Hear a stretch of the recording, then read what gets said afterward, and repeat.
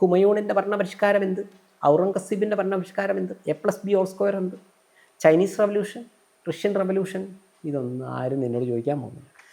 നീ പുറത്തിറങ്ങിയ സാധാരണഗതിയിൽ എൻ്റെ പൊന്നു മോൻ ഇനി ഇങ്ങനെ ജീവിതം മുന്നോട്ട് കൊണ്ടുപോവുകയാണ്, നിന്നോട് ചോദിക്കാൻ സാധ്യതയുള്ള അച്ഛൻ എനിക്ക് മുൻകൂട്ടി പറഞ്ഞുതരാം.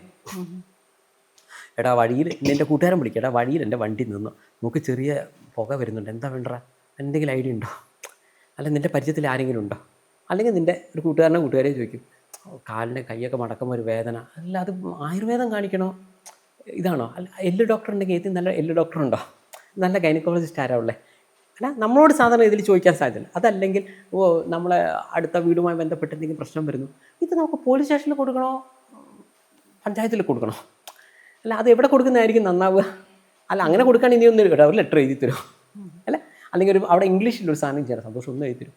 ഇതൊക്കെയാണ് പ്രായോഗിക ജീവിതത്തിൽ നിന്നോട് ഒരാൾ ചോദിക്കാനുള്ളത്.